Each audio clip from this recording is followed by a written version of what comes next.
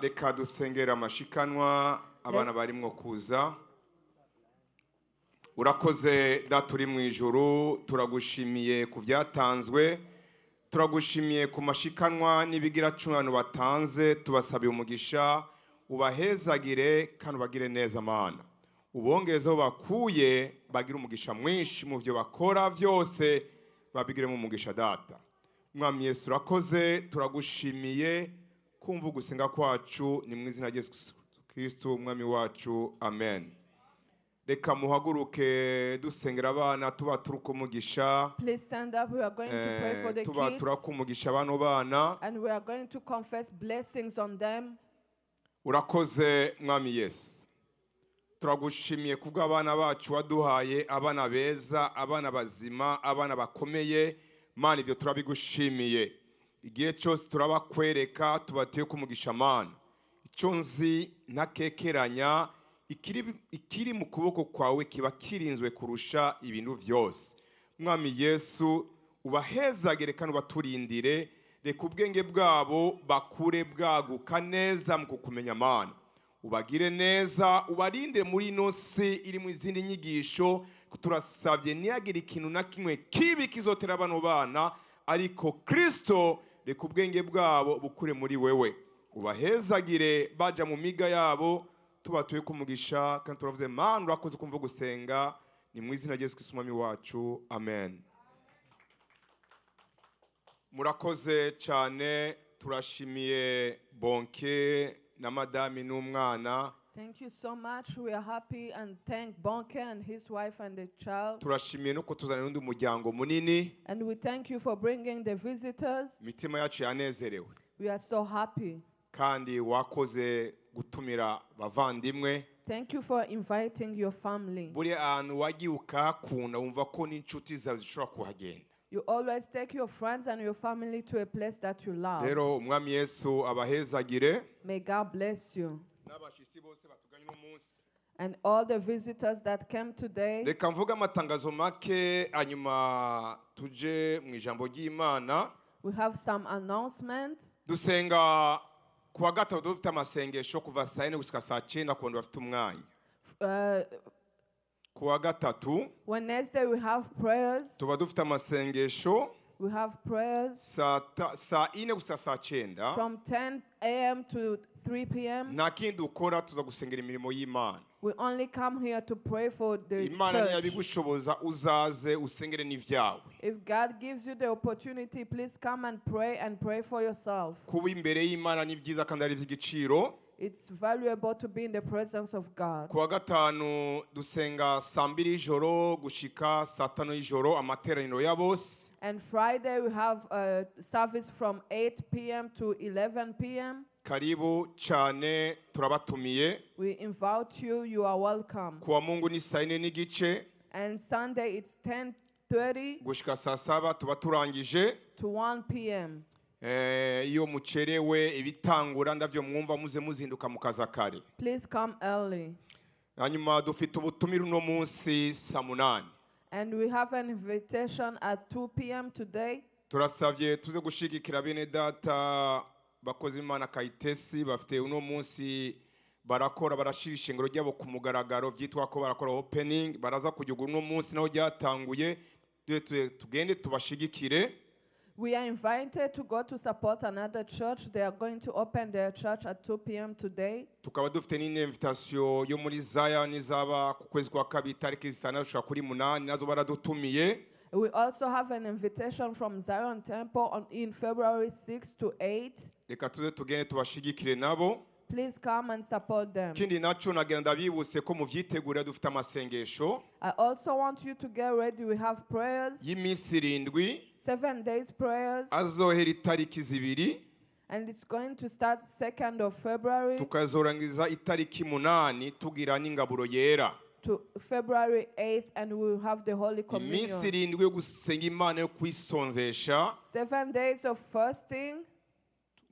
Turiko turabiva mukora abantu muvyitegurire. We want you to get ready for that. No, muri iyo misi 7 kuwa gatanu tuba dufite amakesha y'ishengero veye. And in those 7 days, we will have an overnight on Friday. rero muvyitegurire mu kugira tuze tugira ibihe vyiza. Please get ready for that so that we may have good time. Reka imbere yuko tuja mu ijambo ry'Imana, Before we receive the word of God, nagira nakira umukozi w'Imana Raphael mu minota mike agira icyo agiye kuvuga ku rusengero. Karibu cyane mukozi w'Imana, ndagwaye kaze. I want to welcome the servant of Hanyuma God, Raphael. inyuma yiwe ce niyaheza ce twakira umukozi w'Imana Abraham niza gutwigisha. Hanyuma Raphael niyarangiza mukozi w'Imana Abraham acaza. Karibu cyane mukozi w'Imana. After that, we welcome the word of God. Muri uyu mwaka wa 2026 hari ibintu Imana yahinduye ku buzima bwanjye. Imana yampaye akazi. Imakazi noneho katankoresha nkuko nakoraga. Imakazi keza kenda kungana n'ubwo buzi bubiri nakoraga, ariko ikibazo yakampaye mu yindi state. Wari bwagira ibintu bibiri byose wumva ari byiza ukabura icyo hitamo. Ukumva nyine ni byiza kuguma hano, ariko nanone ni byiza kugenda. So narwanye nabyo, ibyo bintu mbimazemo amezi menshi ndi kurwana nabyo, nabyanze. Akazi nagombaga gutangira mu kwa 12, ariko nkomeza kurwana nabyo, mpindura amatariki kugeza igihe nahinduye nk'inshuro y'enye. Bigeze aho barambwira ati none ugomba kuza itariki 6 z'ukwa 2. Numva mbuza amahitamo, ndavuga se ndagumana stress mfite cyangwa ndahindura ubuzima. So ndagira ngo mbabwirire ko nonongeye kugenda, ariko hagiye kugenda umubiri. Igihe nzaguma hano mu bakristu barenga 100, sinzi mu mugiye mujya mureba chaîne yacu online, burya mubwiriza abantu benshi. Ibintu muri gukora, ubuzima muri guhindura, ntago abantu bo baza ngo babibabwire. I wish ko mu gihe cyo gushima Imana muzemvita n'abari abantu ba online. Hari ibintu CLC iri kubiba mu bantu. Jewe nabibwiwe n'iki, abashuti banjye mbabwiye ko ngiye kwimuka, buri wese yarambwiye ati se ugiye gusiga umurimo w'Imana. Akavuga se uwo murimo w'Imana murawuzi se? Nta numwe utuye muri state bamwe, abandi batuye mu gitandukanye, bati twebwe tuba muri CLC natwe no gutabizi. Icyo kintu cyarantunguye.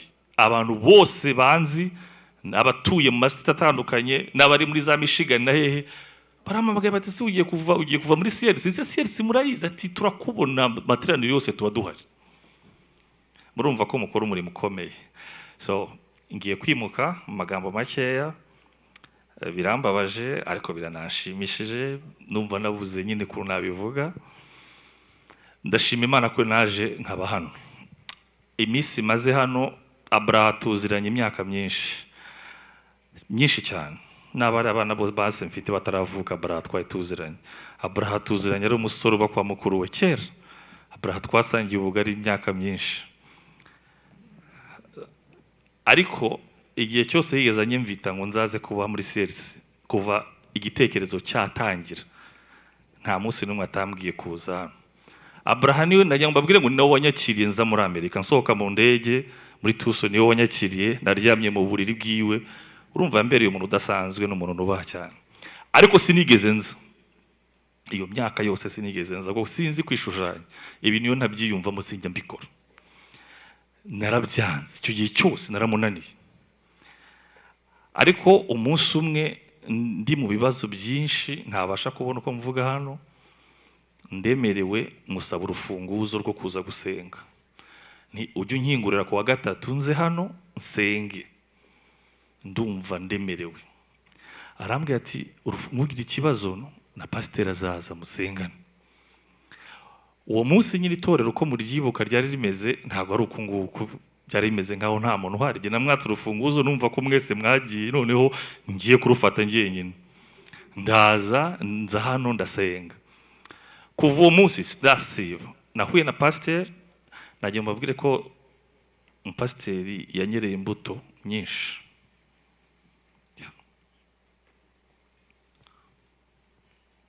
Byarankuruye kugeza igihe naje umukristo wa hano. Buriya abantu mukunda abantu bavuga cyane. Umushumba ntago ari umuntu uvuga cyane, ntago akeneye no kuvuga cyane. ahubwo ni umuntu ufite ubushobozi bwo gukunda, afite ubushobozi bwo kwitanga, afite ubushobozi bwo gusabana n'Imana. Uwo niwe mushumba. Ndagushimiye. Sinari muzi, twarasenganye iki gihe cyose, twarasenganye, Imana yabaye natwe, Imana yaranyumvise.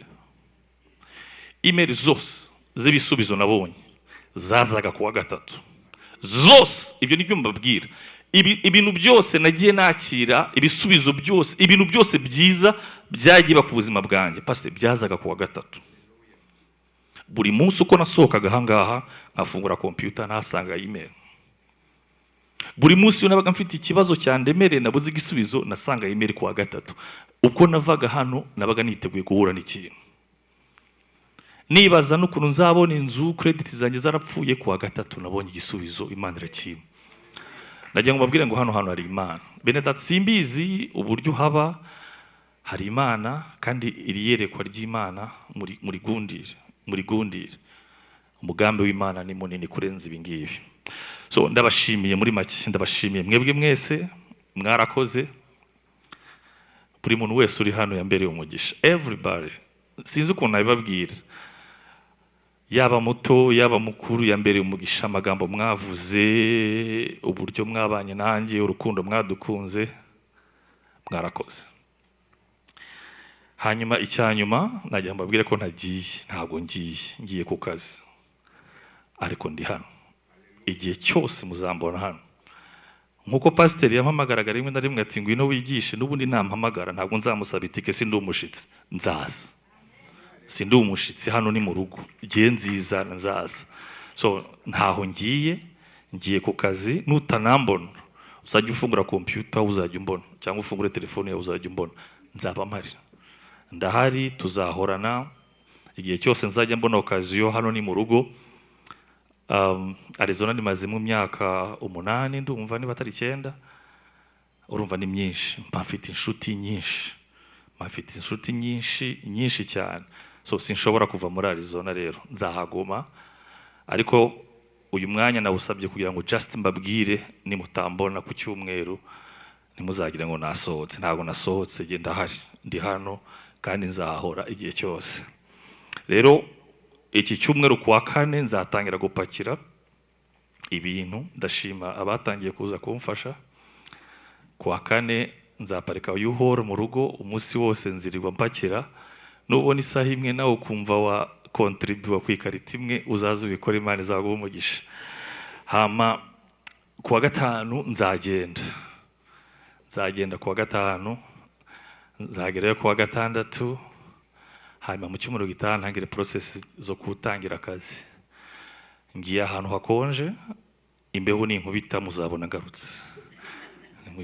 Nimubona ngarutse nimuzaseke, imbeho izaba yananiye. Ntago genda aba ahantu hakonje mu buzima bwanjye. Nabaye mu Rwanda murahazi, sinigeze ntago hakonje, hano ntihakonje. So ngiye guhangana na yambeho ya yindi nyine abajya bari amakuru muri kumva ukuntu noneho yabaye ice hariye. Nomwe mu muhanda gutwara imodoka, muzadusengere, Imana izabane nanjye. Narebye amakuru ejo mbona kuri imodoka ziri kunyerera zikarenga umuhanda. Imana izabane nanjye. So reka ndekeraho rero. Imana ibaho umugisha. Reka dusenge noneho twakire Abraha atuganisha ijambo ry'Imana. Data, mu izina rya Yesu ndagushimiye ko uri Imana nziza. Ndagushimiye ko wabanye nanjye imyaka yose maze hano muri uyu mujyi. Wabanye nanjye, wampaye umugisha, wabaye mu ruhande rwanjye. Ndagushimiye ko wabaye muri CLC, urahari kandi uzahahora. Ndabizi ko hari imitima myinshi uri gukiza, ibyo tuzi n'ibyo tutazi. Mana, ndagushimira abakozi wazanye hano, kandi ndagushimira ubushobozi bwo kwitanga washize muri bo. Uzakomeza uyu murimo, uzawubemo. Ni wowe w'ingenzi, ni wowe wakwimuka tukagira ikibazo natwe tukimuka. Mana, ni wowe w'ingenzi dukeneye hano muri uyu murimo. Kristo uzahabe iteka ryose. Mu izina rya Yesu niko wadusezeranyije. Mana, wavuze ngo uzahorana natwe kugera ku mpera y'isi. Uzagume hano. abavugabutumwa bose bazahagarara hano kuri stage, umwuka wera azaba muri bo, abaririmbyi bahagarara baririmba, imbaraga zawe zizaganze muri bo mu izina rya Yesu. Ujye ukomeza ukize womore, ukomeze uhindure imitima y'abantu, dukomeze kugendera mu mugambi wawe. Urakoze Imana kudukunda, urakoze Imana kugiye kubana natwe mu ijambo ryawe, ubane na Abraha, ibyo avuga byose umwuka wera muyobore, amuganze mu izina rya Yesu. Ubwenge bwe bwuzure mu mwuka wera, Imana amagambo avuga ayoborwe nawe, kugira ngo twebwe twese duhazwe nawe. Dufashe kukubona Mana, twumva ijambo ryawe, aho twicaye utuganirize Mana, buri wese umuganirize, umushitse mu mugambi wawe. Urakoze Imana ko uhorana natwe iteka, icyubahiro cyose kibi cyawe mu izina rya Yesu. Amen. Amen. He was thanking God that he got a new job in another state, and he's thanking the church that they have been a blessing to him and his family. And he's saying that every time that he will receive an opportunity, he will come back to this church. Hallelujah. Nivyoroshe gusezerana biba biruhije. Yes. The interpreter, you want to stay there or you can come here? It's up. She want to stay here. Yeah. Thank you. So Imana hezagire umukozi Imana Rafael. May God bless his servant Raphael. Nkuko yabivuze tuzinanye kuva kera. As he say, we know each other from very far, long time ago. Kandi vyoroshe kumusezera. And it's not easy to say bye to him. No kumurekura ntivyoroshe. And it's not easy to let him go. Ariko nkuko yabivuze. But as he said, yavuze amajambo akomeye. He said powerful words. Amajambo yavuze harimwo ayo tugiye kuvuganaho. Among the words that he said, we are going to talk about it in the preaching. Yavuze ko umubiri wiwe ugiye ariko impwemu yiwe isigaye hano. He said his body is going but his soul is staying with us. Rero turakurekuye umubiri wawe n'ugenda ariko impwemu yawe ntituyirekuye. So we are allowing you to go, but your soul, we want it to stay here with us. Hallelujah. Amen. Kandi Imana izobana nawe. And God will be with you. Muri bujya bukonje. In that cold weather. As long as Imana iyo yakubwiye tigenda izobana nawe. If it's God who told you to go, he's going to be with you. Abisirayeli Imana yabanye nabo. Israel, God has been with them. Mwijoro ikabaha inkingi y'umuriro. At night he will give them a fire. Uwo muriro warabasusurutsa hakonje. And the fire will give them to be warm when it was kandi ukababera urumuri. And it was also a light for them. Ku murango haza izuba. And in the noon, in the morning, he will give a cloud. Kandi rero no mu bukonje Imana izobana nawe ntuzobwumva. And in the cold weather, God will be with you. You are not going to feel cold. Uzokumva hasusurutse. You will feel warm. Hallelujah. Imana nishimwe. Ndakunda Imana ko Imana yacu iradukunda. I love God because he loves us. Itwitaho. He takes care of us. Iduha umutsima w'ubugingo tukarya. He gives us the bread of soul. Ikaduha amazi tukanwa. He gives us water. Tugashira inyota. And we are good. Hallelujah. Imana yaratugendeye uno mwaka. This year God has been with us. Iraduha message. And he gave us a message. Kandi Imana ikunda kutubwira muri no shengero. And God always speaks to us in this church. Buriya n'ugenda ukumva ijwi ry'Imana nturi kuraryumva mu rugendo uzogira ubwoba. In your journey of life, if you walk and you don't listen to the word, ariko niwumva ijwi ry'Imana uzorema. But every time you will listen to his voice, you are going to be strong. Iyo Imana iriko iravuga mu vyo urimo urarema. When God is speaking in your life, you are strong. Uno mwaka rero Imana hari icyo yatubwiye. And this year God gave us a message. Mu mwaka ushize, last year, Imana yaratubwiye ijambo. God gave us a word. Iratubwira ngo nzobana namwe. I will be with you. Hallelujah. Ngo mu muriro ngo ntuzobatwika. The fire will not burn you. mu bibazo ngo nzobana nawe. In troubles I will be with you. Ivyo Imana yarabivuze. God said it. kandi Imana ivuze message nk'iyo, And God, when he gives a message like Imana that, ikavuga ngo nzobana namwe mu bibazo, mu miyaga, mu muriro, nzoba ndi kumwe nawe, amazi ntazobarengera. and he said, I will be with you in troubles. Murumva yuko ari ijambo ryiza riremesha, It's a good word that gives you hope, ariko ntibiba vyorosha ijambo nk'iryo. but it's not also Message easy. nk'iyo iyije, When a message like that comes, ubuzi ko ugiye guca mu muriro, know that you are going to ubuzi ko pass ugiye guca through mu the bikomeye, fire, through hardship. ariko ikintu kikuremesha guca muri vyo But what gives you hope nuko Imana iba yaravuze ngo nzobana nawe. is that God said he will be with you. Umuriro ntitwawubonye, We saw the fire, Imana ntiyabanye natwe. but God was with Ni muri us. bihamya, You are umwe wese ntiyo bihamya witnesses. hano. You are witnesses. Imana ntiyabanye natwe, God was with us, yari yarabitubwiye. and he said it Niryo before. jambo twagendeye ko umwaka ushize, And that word gave us strength last year. kandi byarakomeye, twaciye mu bibazo bikomeye. And we went through hardship. Iyo itabana natwe, If he wasn't with us, we should not stand. ntituba twarahagaze. Ariko kuko Imana yabivuze, But because he said it, that's why we are here, niyo mpamvu turi and hano we stand firm. kandi tuhagaze dushikamye. Hallelujah.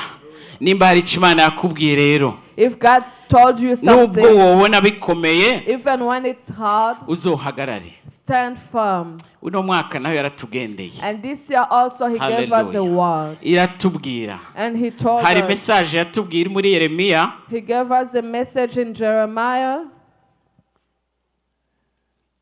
31, Jeremiah 31st, igice cya 4. verse 4. Ya message ivuga ngo nzosubira kububaka, nzosubira kukubaka, nawe uzoba wubakitse. I will build you up again, and Eh. you, virgin Israel, will be rebuilt. Ewe nkumi ya Isirayeli, uzosubira gushazisha utugoma twawe, usohoke utambuke n'abanezerewe. Again, you will take up your timbrels and go out to dance with the joyful. Hallelujah. Amen. Iyo niyo message Imana yaduhaye, That's the message God gave us this year. kandi n'umukozi w'Imana yicishijemo yarayiturungikiye muri group, muri family. And we received it on our WhatsApp group. Burya rero iyo umuntu atanze message Imana yavuze, ntimuzohere muyifata ibisanzwe, Don't take for granted the message that someone gives you that comes kuko from God. Imana ibiri nyuma y'ijambo ryayo ikariherekeza. Because God is always behind his word to fulfill it. Uyu rero ni umwaka wo kubakirwa. So this year it's a year Hallelujah. of being Iyo rebuilt. ni message iremesha, It's a message that ntabwo ari gives us hope. message yindi iteye ubwoba, It's not scary. ni message yo kubakika. It's a message of being rebuilt. Hallelujah. Nico gituma That's why iyo Imana ivuze ngo nzokubaka, when God say, I will build you, izobikora. he will do it. Ariko izobikora mu wakiriye iyo message. But he will do it for the one who received the message. Imana iravugira muri rusangi, ariko umumwe wese agomba kwakira kumva ko ari message yiwe. God speaks in the crowd, but everyone has to receive the message personally. Teme dufise tugiye kuvugaho muri uno mwanya usigaye, And this morning our team is going to be, iravuga ngo ni iby'agaciro gakomeye it's of a great value kubakwa n'Imana to be rebuilt by God, ubwayo. by himself. Hallelujah. Ni iby'agaciro gakomeye kubakwa n'Imana ubwayo. It's of a great value to be rebuilt by God himself. Iyo Imana ariyo yubatse When God builds ubwayo, himself, birashoboka ko umuntu yokwiyubaka, so you can rebuild yourself. birashoboka ko abantu bakubaka. People can rebuild you. Iwacu hari terme bakunda gukoresha ngo yariyubatse, In our country, we used to say he rebuilt himself. ngo yarikomeje. He strengthened himself. Nagiye Burundi, hariho abagenzi twakuranye, tungana dufise muri generation imwe nkabaza ati nakano mubona gute.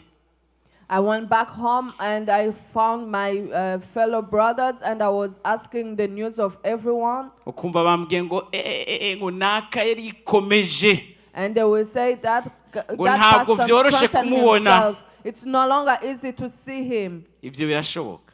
It's possible. Ariko birafise aho bigarukira. But it has a limit. Umuntu ashobora kwikomeza.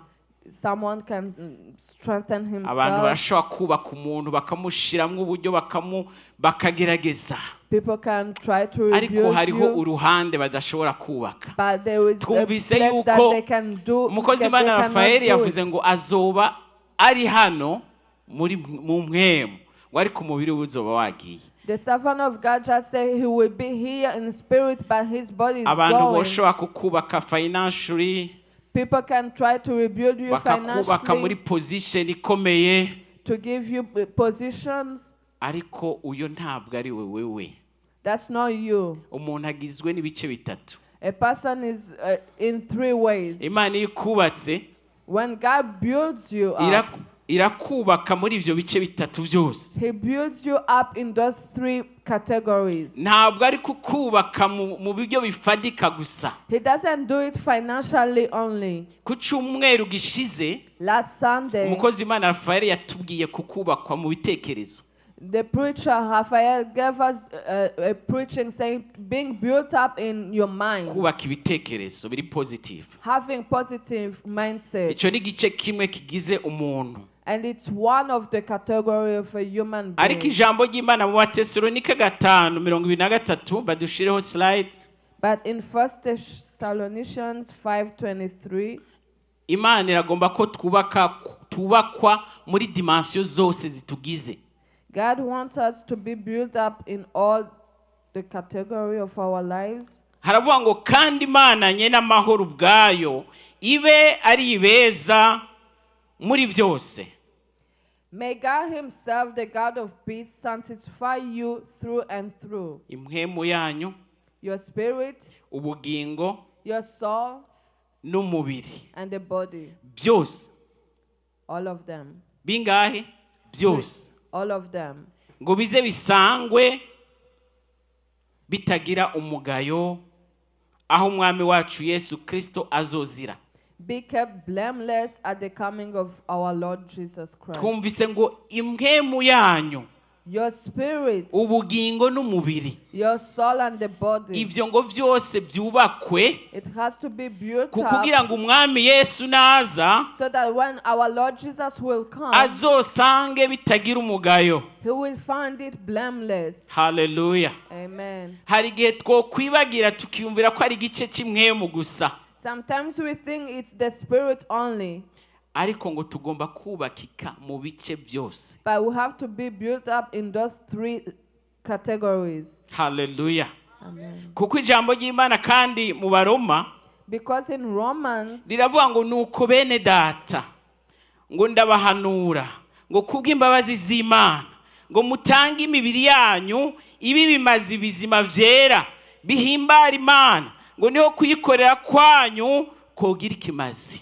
therefore, I argue, brothers and sisters, in view of God's mercy, to offer your bodies as a living sacrifice. Ibi bice bigize umuntu Those three categories. twumvise ngo harimo umubiri, There is a body, impwemu the soul, the spirit. ya impwemu n'umubiri The spirit, the soul, and the body. ni bitatu. It's three of them. Ngo impwemu The spirit, yanyu n'ubugingo, the spirit, the N'umubiri. soul, and the body. impwemu, The spirit, ubugingo, the soul, umubiri and the ni body. ibintu bitatu. Three of them. Umubiri The twawumvise uko ijambo ry'Imana rivuga ngo ahandi ijambo ry'Imana rivuga ngo ni ingoro za mpwemu yera. We just heard that our body is a temple Ugomba of kuzigama. Christ. You have to keep it. Ubugingo The soul, ni cyangwa soul mu Cyongereza niho hari ibyiyumviro, ni rwa ruhande yavugamwo umukozi w'Imana. in our soul, that's where there is our thoughts, Niho hari emotions, there are our emotions, niho hariho gucagura cyangwa wiringi yo kuvuga ati ndacaguye iki. and there are our decisions. Hama esprit cyangwa umwuka And in the spirit, niho buri muri mpwemu w'Imana. Iyo turiko turatazira tuba turi muri mpwemu. When Iyo we are tutazira kutazira vy'ukuri ngo tuba turi muri mpwemu. when we are worshiping truly, we are using our spirit. Hari igihe rero umuntu asenyuka, Sometimes you are destroyed. agasenyuka mu buryo bw'umubiri, You are destroyed in your body, agasenyuka ubugingo bwiwe, and your soul also is destroyed. n'impwemu yiwe igasenyuka. Even your spirit. Iyo Imana rero igomba kutwubaka, But when God has to build you up, iratwubaka muri izo ngero zose. He builds you in those 3 ways. Hallelujah. Amen. Imana rero dufite imigambi myiza yo kutwubaka, And God has a good plan to kukugira build ivyo us, byose bitatu so that the 3 of them bize bisangwe atamugayo. will be found blameless. Hallelujah. Kandi twumvise ngo ijambo ry'Imana muri Zaburi 127 umurongo wa mbere In Psalm 127 verse 1, riravuga ngo iyo Uhoraho it says, atari we yubatse inzu, if the Lord is not the one who builds up the house, abubatsi ngo baba baruhira ubusa. those who builds up, they are doing it in vain. Abararira umuji ngo iyo Uhoraho atari wawuraririye, And when the Lord is not the one who watch over the city, ngo baruhira ubusa. they do it in Twumvise vain. yuko umuntu ashobora kwiyubaka cyangwa kubakwa n'abandi, ariko ijambo ry'Imana rivuga ngo iyo Uhoraho atari we yubatse, abubatsi baba baruhira ubusa. We understood that people can build you up, and yourself you can do it, but if it's not God who is doing it, you are doing it in vain. Hallelujah. Twubakwe n'Uhoraho. Let's be built up by God. Iri jambo rero ryaje nka message rivuga ngo Uhoraho azotwubaka kandi. So the message we received this year saying that we will be rebuilt by God, bisigura yuko hariho ivyari vyubakitse. it means that we were before build up. Nimba Uhoraho avuze ngo nzosubira mbubake, When God said He will rebuild us, hariho ivyari vyubatse it means that we used to bishobora be kuba built up, vyarasenyutse, and it was destroyed. ariko Uhoraho aravuga ngo ngiye kububaka But God is saying that kandi He's ngo going to muzoba rebuild us, mwubakitse. and we will be truly rebuilt. Hallelujah. Amen. Birashoboka yuko ushobora gusenyuka muri izo mpande zose twumvise. It's possible that you have been destroyed in those 3 ways that we just heard. Ibi bintu byo gusenyuka Being destroyed or crushed, ntabwo ari iby'abanyantege nke gusa. it's not for the pagans only. N'umunyenkomezi arashobora gusenyuka. Even strong person can be destroyed. Kandi gusenyuka, And being destroyed, Imana hari igihe ibireka ifise umugambi. sometimes God allow it that it reaches to us. Reka turabe umuntu yari yasenyutse mu buryo bw'impwemu, We are going to see an example of a person who was destroyed in the spirit, ariko Imana ishimwe ko yongera iramwubaka. but thank God, because He rebuilt him. Tugira turabe akarorero k'umuntu yitwa Eliya. We are going to see the example of Eliya yari umuntu yakoreshejwe n'Imana ibidasanzwe, He was a great servant of God, kandi yari umucuti w'Imana cyane. and he was a friend of God. Yari yarakoze ibikorwa bidasanzwe. He did good things. Yigeze guhagarika imvura He once stopped imyaka the 3 rain. n'igice. He stopped the rain for 3 years. Ntabwo gusenyuka ari iby'abanyantege nke gusa. Being destroyed is not for the weak people only. Uyu Eliya Elijah, yigeze kwica bakamenya 150. he killed Basenga Bayali. the prophets of Baals. Amaze kubikora, And after doing it, Ahabu abwira umugore we Yezebeli, aramubwira ati Eliya yakoze ibi. the king told to his wife Jezebel, Elijah did this. Yezebeli amutumwa k'intumwa aramubwira ati amagingo nk'aya ejo. And Jezebel told Elijah that tomorrow at this time, ati nzowumugira uko yagize abo. I will kill him the way he killed the prophet. Eliya amaze kumva ayo majambo, And Elijah, when he heard it, umutima umuvamwo, he was so scared. aratinya, He was so scared. arumva ko asenyutse. And he felt that he was destroyed. Reka dusome amajambo y'Imana ari mu bami ba mbere. Let's read in 1 King. Abami ba mbere igice cya 19 dusome ku murongo wa 3 n'uwa 4. 3 to 4. Dusome mu izina rya Yesu. Eliya acategwa n'ubwoba akura hasi arahunga ngo akize amagara. Aja i Berisheba mu Buyuda ahasiga umukozi wiwe. Mugabo we agenda urugendo rw'umunsi umwe mu bugaragwa. Araza yicara mu giti cy'umuretemu yisabira gupfa avuga ati, ewe uhoraho, ivyanje nibigarukire hano, ntabara unkureho. Hallelujah. Amen. Uyu yari Eliya yaraheje gukoreshwa ibitangaza bikomeye. This is Elijah after doing most of the miracles. Ariko arasenyuka aragira igihe yumva ko asenyutse yisabira gupfa. But he felt destroyed and asked God to Aracika give him intege. to take his life. Yarageze aho yisabira gupfa. He even asked to die. Urumva koko yari yasenyutse. He was really destroyed. Ariko Imana ishimwe ngo umumarayika w'Uhoraho agaruka ubugira kabiri, aramuzanira icyaja, aramuhembura, amuha amazi, amuha umutsima, arajya, aramubwira ati haguruka ugende. Urugendo ruracari rurerure. Thank God because the angel came twice and gave him food and water and told him, stand up. The journey is still long. Arahembuka. And he was ivyo biryo ngo abigira iminsi 40 n'amajoro 40. He was refreshed and he went for 40 days and 49. Imana yacu dufite umugambi mwiza. God has a good plan for our lives. Imigambi yo kuduhembura. A plans for rebuilding aho us. Satani yagusenye. Where the devil destroyed you. Imana iraje kubake. God is going to rebuild yongere you. gusubize mu ivyiringiro. He's going to give you new yongere hope. kubwire ko urugendo rukiri rurerure. And he's going to tell you that you have a long journey. Ni Imana yacu do restauration. He is a God of restoration. Imana ikubake. May God ikubake mpande zose. May he rebuild kukugira you uzosangwa atamugayo. So that you will be blameless. Eliya rero Imana iramwubaka. Elijah, God rebuilt him. Kandi mwubatse. And when he was rebuilt, birakomera.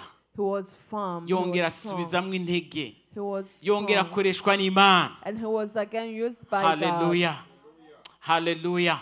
Uno musi Imana ikubake. I pray that God rebuild you. Ushobora kuba warasenyutse mu buryo bw'imhemu. Maybe you were destroyed in spirit. Sinzi byagusenye. I don't know what destroyed you. Ariko byose.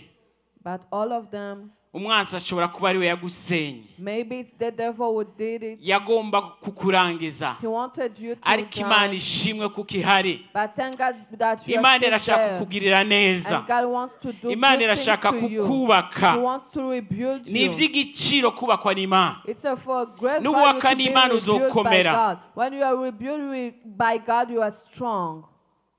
Hallelujah. Hari uwundi muntu yasambutse. There is another person who was destroyed. Satani aramusambura. The devil destroyed him. Ariko nagira nkubwire ikintu kimwe. But I want you to hear this. Igihe uzobona umuntu ariko arasambuka ku buryo bwaba umubiri ingwara cyangwa finance. When you see something going through hardship financially or in his body. Ari umuntu w'Imana. And he's a servant of God. Uze wirinde kugira amajambo uvuga. You just keep uze wirinde kuvuga. Keep yourself from just speaking. Because you don't know what is happening. Maybe it's God who allowed it. Sometimes God allows it. Good purpose. For a good purpose. Umuntu arashaka gusenyuka. Someone can be destroyed. Agasenyuka mu mubiri wose. In his body. Ingwara zikamukubita. He gets sick. Finance zikanka. Financially it's not good. Agaca mu bibazo bikomeye. And that person goes through hardship. Ariko ari Imana yabiretse. When it's God who allowed it. Kandi ifise umugambi mwiza. And when he has a good purpose. He has a good purpose muri ivyo nyene. Indoors. Hari Imana igomba kubikorako. There is what God is going to Hallelujah. Hari impamvu zine tugiye kuvuganako. There are 4 reasons Imana ishobora kureka ugasenyuka. That God can allow you to go through hardship. Tugiye kuvuga ku mpamvu zine gusa. We are going to hear 4 reasons of them. Hallelujah. Impamvu ya mbere, Firstly, slide sinzi ndabona vyabaye binini ariko ntacu reka tubisome. Impamvu ya mbere Imana ishobora kureka bigasenyuka ivyawe. the first reason that God can allow you to go through hardship, Impamvu ya mbere ni kugira na Satani abimenye ko kwizera Imana kwawe kw'abana bayo yizeye kudahagaze ku kintu na kimwe. it's that God wants even the devil to know that your faith in him is not based on anything else. Satani yagiranye ikiganiro n'Imana. The devil had a conversation with Imana God. ngo abana b'Imana bari bateranye hama Satani nawe araza hama Imana irishimira Yobu. The people of God gathered and the devil was there and God pleased himself Yobu in Job. koko yari yarubakitse, Imana yari yaramwubatse. And Job was really built by God. Ariko Satani Imana iramubaza ati wabonye umusavyi wanje Yobu And God asked the devil, did you see my ingene servant? anyubaha, Did you see the way he respects me? ingene akora ivyiza. Did you see how he does good Uyu things? Yobu yarabayeho ubuzima buhimbara Imana. He had a life that was worshiping Yari God. afise abahungu 7 n'abakobwa 3. He had 7 boys and 3 Ngo girls. yarabatangira ibimazi. He would give sacrifice. Akavuga ati kumbure bashobora kuba bacumuye sinzi. And he would say, maybe Nta they have wamenya sinned. atavyazi. Maybe they have sinned. Akabatangira ibimazi iti kubw'abana banje. And he would give sacrifice for his kid. Kandi yama yitandukanya n'icyaha. And he would depart from the sin. Imana ikamunezerererwa. And God was pleased in Igihe him. kimwe rero Satani Imana iramubwira ati ndabira umusavyi wanje Yobu. And Wamubonye. one day God told the devil, did you see my servant Job? Satani ati mbega Yobu And the devil was yoreka like, ko kwizera gute? how come he could not believe in you? Wamuhaye amatungo arenze, You gave him, n'umutunzi rurangiranwa, he has a lot of wamwimye iki? wealth. Yoreka ko kwizera gute? How comes he will not Satani believe in yibwira, you? aribesha yibwira ko Yobu ahagaze neza mu Mana kubera imigisha Imana yamuhaye. And the devil thought that Job was faithful in God because of the blessing he received. Imana iravuga ati reka nkwereke yuko wibeshe cyane. And God wanted to prove him Umusavyi wrong. wanje Yobu My servant Job, ntanyizera kubera imigisha he namuhaye. doesn't believe in me Ari because of the faithful, blessing. He's nubwo ibintu faithful. byose vyohera, Even if nubwo everything yogira can be taken ubukene, away, even if he is poor, azoguma anyubaha. he's going to be faithful. Imana yo yaribizi. God knew it. Erega Imana iyo ikigeragezo kije, When the trials are coming to you, buriya ntabwo aba ari kubwira Imana ngo irabe yuko ngo uza gutsindwa cyangwa uza kunesha. No. it's not that God wants to see if you are going to be Irabizi. victorious Ahubwo or hari you igihe will bigomba fail. kukwigisha wewe. He knows it, but Kumbura he wants irashaka no to teach kukubwira you. wimenye. He also wants you to know yourself. Yo irabizi. He knows it. Swat kuza gutsinda cyangwa uza He kunesha. knows that you are going to fail or you are going to Ariko, be victorious, Wewe ntuwiyizi. but you don't know yourself. Irashaka wowe kumenya ko wimenya uriwe. He wants you to know yourself. Rero aha Imana irachallenginga Satani, iramwereka yuko umwana wayo yizera. Imana yizera Yobu. God challenged the devil and he showed that he was trusting Job. Atari kubera imigisha imuha. And he wanted to show the devil Ahubwo that yuko byose nubwo vyokugwaho amwizera. he's not faithful because of the blessings.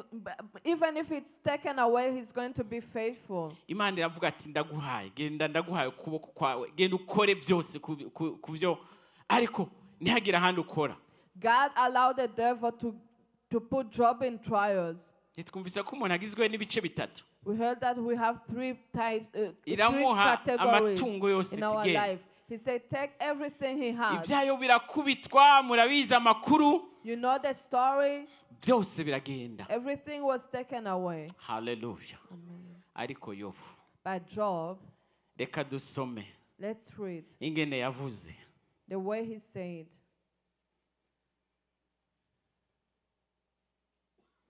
aha ku murongo w'icenda niho satani yavuze ngo maze ngo satani yishura uhoraho ngo mbega ugira ngo yobu yubahira Imana ubusa. Does Job fear God for nothing? Satan replied. Aha ku gice cya mbere umurongo wa 21 narahakunze. Chapter 1 verse 21. Byose bimaze guhera. After everything was taken away. Ngira ijambo yaciye avuga ati, this is what Job says. Navuye mu nda ya mama nambaye ubusa. Naked I came from my mother's kandi nzosubira mu nda y'isi ataco nambaye. And naked I will depart. Uhoraho niwe yagavye. The Lord gave. kandi niwe yagaburuje. And the Lord has ijambo taken rikomeye away. Izina ry'Uhoraho. This is powerful. May the name of the Lord be praised. Izina ry'Uhoraho rishimagizwe. May the name of the Umuntu Lord be aje kubura abana praised. 10. After losing Umuntu aje kubura ubutunzi bwiwe children, bwose. after losing all his wealth, aravuga ngo izina ry'Uhoraho nirishimagizwe. he said, may the name Hallelujah. of the Lord be praised. Mbega urashimagizwa iyo akazi kawe gaheze. Do you praise God Mbega when you lose your job? urashimagizwa iyo bagutwaye.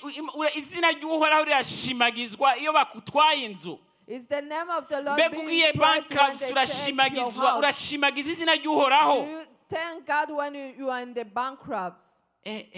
Satani aratinya. And the devil was scared. Aratinya. Ariko naheba. But he was not discouraged. Yongera agaruka ku Mana. He came back to God. Imana iramubwira wabonye umusabyi wanje. God said, did you see my servant? Yari mwizeye. God was trusting kandi in Job. yari suri nawe. He was very sure about Job. Satani arongera ati mbega afise amagara meza nta ngwara igera umukorako yoreka kukwishimira gute. And the devil said he's in a good health, he's not sick. Kora kuri cya gice cya kabiri kigize umuntu. Umubiri wiwe. Touch on his body. Urabe. And we will see. Urabe ko ubwo nyene ataca kuvako. We are going to see if he's not going away from you. Imana irongera atanga Satani. Iratanga Yobu. God allowed it also. Genda ukore ku mubiri we ariko ubugingo bwiwe ntukoreko. Touch Hallelujah. his body, but don't touch his soul. Ntukoreko. Don't touch his soul. Aragenda.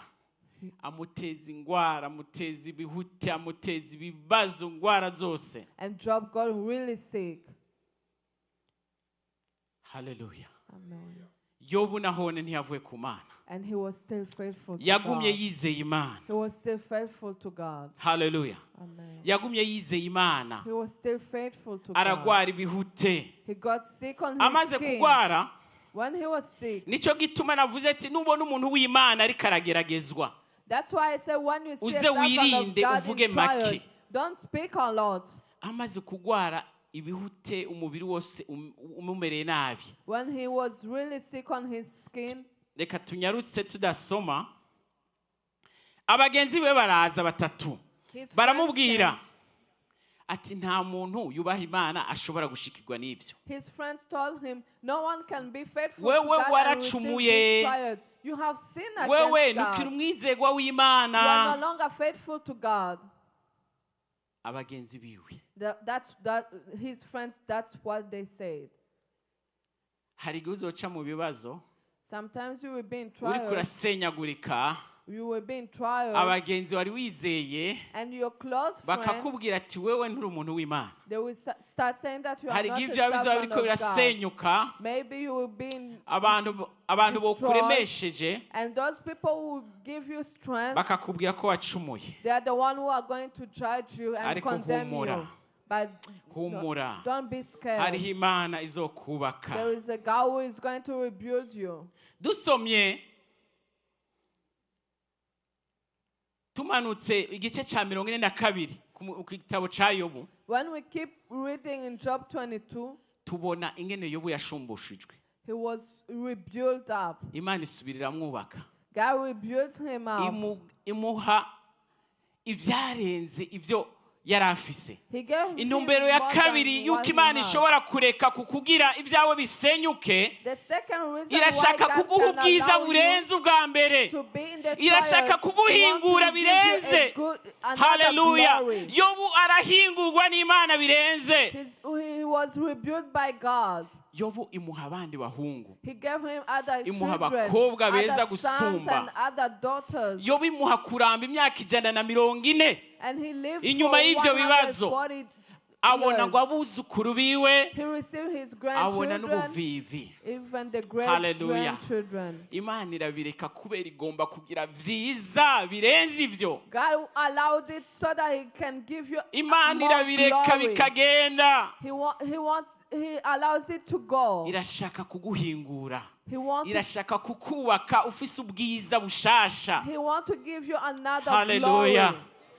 glory. Ba bantu baraza imbere ya Yobu. Those friends came Imana back. irababwira ati genda mumusabe ikigongwe God kandi ordered them to mushikane ask for forgiveness. mumugemurire mumusabe imbabazi. And he Abavuze ordered them ko to bring the wacumuye, gift. The one who said mu that you are gukayangana in kwawe sin, bazogaruka, the one who condemned you, they bazokubwira will ati come koko ari back. umuntu w'Imana. In your glory, Ntabyo they are twari coming back, tuzi, and they will twaradebaguye, testify. They ntabyo will twari testify tuzi, that you are a man of bazokugarukira, God. They are going to come back to bazovuga ati you. koko And they wari will ufise say, umuhamagaro, truly, koko wari truly you umunyamuhamagaro. have a calling. Twari tuzi ko uri umunyabyaha, We thought that you igihe were a twabona sinner. bisambuka, When you twari were tuzi ko destroyed, wacumuye, we thought that you sinned, none turabonye ko ufise Imana. but we see that you are with God. Ikindi Imana irashaka kurema ishimwe ryayo. God wants Muri his ibyo, praise. God wants ishimwe his ry'Imana praise. riraremwa. He wants his praise in Muri your ibyo trials. In Imana those iragarura things, ishimwe ryayo. his praise comes Haleluya. back. Abantu baravuga ati koko yari Imana. People will say, truly it Haleluya. was God. Ati koko yari Imana. Truly it was God. Imana. God. Ba bantu bavuga ati koko Yobu yari umuntu w'Imana. Truly he was a servant of God. Imana irashaka kurema ishimwe God wants to. muri ibyo byasenyutse. He wants his praise to be Twahawe ijambo rebuilt ry'umwaka again. This year we had a reverse. rivuga ngo duhaguruke twubake. God told us, stand up and build. Twubake umurimo w'Imana. Stand up and build the ministry. Mbega ninde yo kubaka? Who can build N'uwubakitse. is the one who is rebuilt. Imana rero iyo ugomba kugira wubaka umurimo wayo, When God wants you to iryo jambo rebuild twahawe, his ministry, the word we received, ntabwo Imana ipfa gukoresha umuntu uwo ari we wese. God doesn't just use anyone. Ntabwo Imana izokoresha abantu bose kubaka umurimo wayo. God is not going to use anyone to build his Mu gitabo cya ministry. Nehemiya In Nehemiah, tugira tunyarutse,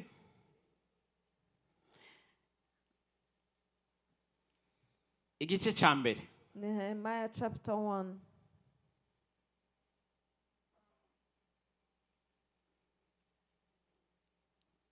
Nuko maze kumva izo nkuru ca nicara ngaho ndira mara iminsi mbabaye nisonzeshe nsengera imbere y'Imana nyenijuru. Haleluya. When I heard these things, I sat down and wept for some days and Umwanya mourned. bawuntwaye murambabarira, ariko tugira tunyarutse. Kukugira Imana igukoreshe hariho karakteri niburi buri zine utegezwa kuba ufise. You should have 4 characteristics for God to use you. Ivyo nimba ubona izo karakteri zine atazufise, If you don't have these muri uko kubakwa n'Imana tugomba kubaka, in those being ntabwo built urimo up mu by bazubaka. God, you will not build his ministry. Nehemiya Nehemiah, yari afise ishaka ry'igikorwa c'Imana. he had the zeal of the ministry. Abantu Imana ikoresha mu kubaka. When God wants to use you Usomye in muri his Yeremiya ministry, igice ca 20 umurongo w'9, when you read in Yeremiya yari umuhanuzi Nehemiah, yahura n'ibibazo bikomeye gushika yumva ko yobivamwo, akavuga ati ngenda bihebe. Ariko usomye ku murongo w'9 akavuga ngo biramwo ngo numva binturira ngo ndashaka kubihora bikanka. I can't hold it. When you read in Nehemiah, the story of Nehemiah, he's a prophet who had hardship, but he said that the zeal of God is burning me. Umwana ni wakunda hari abana ni wakunda kuvuga bakakusaba ngo batwara ahantu ntarinze kuvuga akarira ngo I can't hold it. Hallelujah. The children murazi sometimes ibyo they mvuze. say, I can't hold it, I want you to take me. Ubu kukugira Imana igukoreshe mu kubaka ubu ufise umuhamagaro, you cannot hold it. When for you, God to use you, you have to have the calling and you cannot maintain Hari it in uzokora you. ibikorwa abantu bakagutwenga ati aka nako karita imbere, mbega uja gukubura nta wundi yo kubura, wowe wamushaka kubura, but you cannot hold it. Sometimes you will do work for God and people will be laughing at you. You are always taking Pastor, wewe yourself mbe aho in front. wamuza ngaho iminsi yose ntiwoja mu kazi, You always take yourself in front. Can't nawe you go and ukumva walk? yuko bikuremereye tijewe ibintu none ndabigire gutereka nje gukora, And ariko you sometimes cannot it's hard hold for it. you. Ico nico cambere cerekana yuko Imana izogukoresha mu kubaka. But you cannot Utegerezwa kuba ufise maintain umuhamagaro. it. You have a calling that is burning in Utegereza you. kumva yuko biguturira, utegerezwa kumva yuko uhamagara ati mbe ishengero ryarishe ufise udufaranga ugashiramo, mbega hakozwe bakubuye, mbega urahangayika. Is the burden. It's a burden for Biraremereye. you. Uyo muhamagaro cyangwa umutwaro Jeremiya yarawufise, Nehemiah yarawufise, had the burden. yumvise amarembo y'i Yerusalemu yarasenyutse. When he heard that his city was destroyed, Hallelujah. Ni kuvuga yari afise umuhamagaro muri we, hama ikintu kigira kabiri yari afise muri we, karakteri ya kabiri yari umuntu abayeho mu buzima bw'amasengesho. Ni kuvuga yama agerageza kumenya makuru y'i Yerusalemu. the first characteristic, he had a burden, he had a zeal and the calling. Secondly, he had a prayerful life.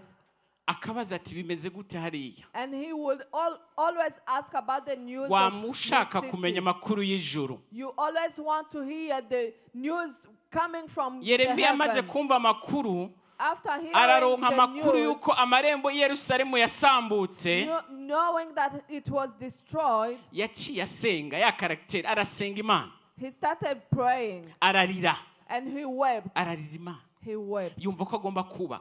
And he felt Kandi that ikindi he naco, has to build. Nehemiya Nehemiah, yari umuntu muto, he was young. yari umuntu asereva, He was a umuserveri. servant. He was a servant. ariko But ntiyumvire ati ibi bintu rero byo kubaka he didn't dismiss himself. bikwiye gukora abantu bakomeye, He didn't say it's bikwiye for gukora great abaherezi people. bakuru, It's for great people bikwiye only. gukora abahanuzi, It's for prophets. ariko yumvise ko ari we. He knew that it was for him to build. Ugomba kumva ko ari wewe. You have to know that you are the Kukubwira one wubake. who is concerned. It's you. It's you who is Si uwundi. concerned. It's not any other Ugomba person. kuririra umurimo w'Imana. You have to cry for the ministry of God. Ivyo bintu bitahari biragoye. When you don't have those Biragoye characteristics, kukugira ushobore kuba mu muhamagaro wo kubaka. it's hard for you to be a servant of God to serve. Hallelujah. Ikindi cya gatatu vuba tunyarutsa, Thirdly, Nehemiya yari afise kiri particulier, it was particularly for him. yari nyankamugayo, He was honest. blameless person. He was a blameless person. Yasereva umwami. Kukugira usereva umwami ntabwo ubura umuntu wese wari wese. You don't just serve the king, you have to be blameless. Uburi loyal. You have to be Uburi loyal. umwizegwa. He was a faithful person. Rero iyo karakteri yo kuba umwizegwa Nehemiya yarayifise. Being a faithful person, Nehemiah had that characteristic. Ngiye kurangiza. I'm about to close. Ikindi cya kane, The fourth one, yari umuntu ashize amanga, atari umunyabwoba. he was firm. He was not a scared person Kuko yahuye n'ibibazo byinshi. because he faced many Nuwahaguruka trials. ugomba kubaka uzohura n'ibiguca intege byinshi. If you have to build, you will have many challenges. Hariho ba Tobiya na Barati batashaka ko amarembo Yerusalemu yubakwa. There are so many people who are challenging him. They didn't want the city to be rebuilt. Ntiyashatse kubumviriza. But he didn't listen to them. Arahaguruka arubaka. He stood up and Ati twe built. turubaka, We are going to uhoraho build. niwe atuma bikunda. And the Lord is the Hallelujah. one who strengthened Ntabwo it. yari afise ubwoba. He wasn't scared. Imana ntikoresha abanyabwoba. God doesn't use scared people. Hallelujah. Turangiza, yari afise icya gatanu. The fifth characteristic he had, yasabana n'abandi, yagira urukundo. he had love. Ibyo bintu bitanu wisuzume ko ubifise. Nimba ugomba kubaka, Check if you have these 5 nimba ugomba characteristics. guhaguruka kubaka, If you are going to build up the ministry of God, ibatavyo ufise nitujana mu kubaka. if you don't have these 5 characteristics, you are not going to build up the ministry of God. Nehemiya yarabifise. But Nehemiah had it. Igihe cyose nuwasoma muze gusoma iyi mirongo, Please read these verses. Nehemiya yahamagara abantu bose akabaga inka akazimana abantu He would call everyone and he will have a fellowship with them. bagasangira. They will share. Bagasangira akama atumira abantu muhiriwe nimuze dusangire. He always invited people in his family. Bakarya. Come and share a meal with me. Uhoraho ngo yarasenze aravuga ati Mana uzunyibuke wibuke ibyo nagira ubu bwoko bwawe. And when he was praying, he said, God, remember what I did for your people. Tugomba kubaka umurimo w'Imana. We have to build up the ministry of God. Ibi bintu utabifise ubisabe. If you don't have these 5 characteristics, pray for it and ask for it. Kandi yari umuntu yadisiribiwa ibikorwa. Ntabwo yashaka bari waboneka imbere. And he used to share the task. He didn't want to be seen himself working. Yaregeranya abantu. Yarafise unity, yaregeranya abantu. He would give people tasks and reunite people. Aregeranya abisirayeli aradisiriwe abwiye ati Ezira wewe soma iby'amategeko aratanga ibikorwa. He take all the Israel together and gave them the task. Turi mu mwaka tuzokubaka umurimo w'Imana. We are in the year Usenga Imana of igushiremo working bino bintu. and pray for this to have it. Kandi ntabwo kuko Imana yabivuze Because God said it, izobikora. He's going to do it. Uyu mwaka tuzokubakika koko kandi tuzoba twubakitse. This year we will be rebuilt. Iyi message twahawe ngo tuzokubakika ibi yawe. I want you to take this message personally. Kuko ushobora kubibonesha amaso ntubibemwo. You can see it and you are not going to experience it. Ariko nuwasaba Imana kuko nuwasenga ukavuga ati Imana waravuze ko uzotwubaka. Nehemiya nico yakoze mu masengesho yibukije Imana aravuga ati Imana waravuze yuko uzosubira ukatwubaka. Pray and ask God. You said you are Warabibwiye going to rebuild basogokuruza. us. You told it to our ancestors. Ntabwo yarize gusa ngo arekeze ngaho. He didn't just cry. Ntabwo yiganye ngo byasambutse ngo acare kuko He nyine. didn't just weep. Yarahagurutse He stood up arasenga. and he Aributsa prayed. Imana amasezerano. He reminded God Uri the kurasenga wibutsa promises. Imana ibyo yavuze When you pray and remind God what He promised, irakora. He's going to walk. Kandi twebwe And us, ntabwo turindira gusa kubera tubona ngo ibintu bisa neza ngo biriko birubakika, kuko twoshobora kuraba ngo biriko birubakika tukaburamwo umugabane, ariko kubera yuko Imana yavuze ico nico gituma twumva ko ari umugabane wacu. we don't just see people working for God. We want our part. We Burya uzokwame urondera icyo Imana ivuga ku bintu. always want to know what God is saying on Abarundi anything cyangwa we are abanyarwanda going baravuga through. ngo hakurindira umutigito w'inkono worindira ijambo rya nyeneyo. Sinzi ko mubuzo mugani ni kuvuga urashaka kubona ibintu ngo ndaza kubironka ariko mutavuganya na nyene byo ntavyurunka. You might expect things that you are going to receive it, but if you didn't speak with the owner, you are not going to receive Tukira abana kera anything. waragenda ukabona inkono iri kirabira ati burya bugenda burya hari igihe baca bongeramwo amazi akaguma atari karabira no ukarinda utaha, ariko bakubwiye ati rindira mufungure wacurire mati ndaza kuburya. Amen. Duhaguruke dusenga Imana.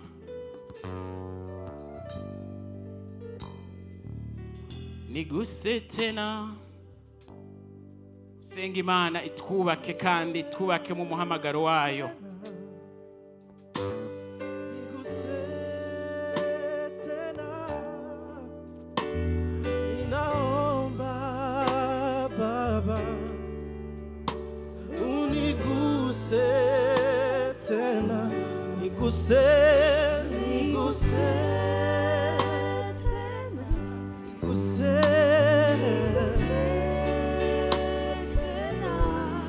Ninaomba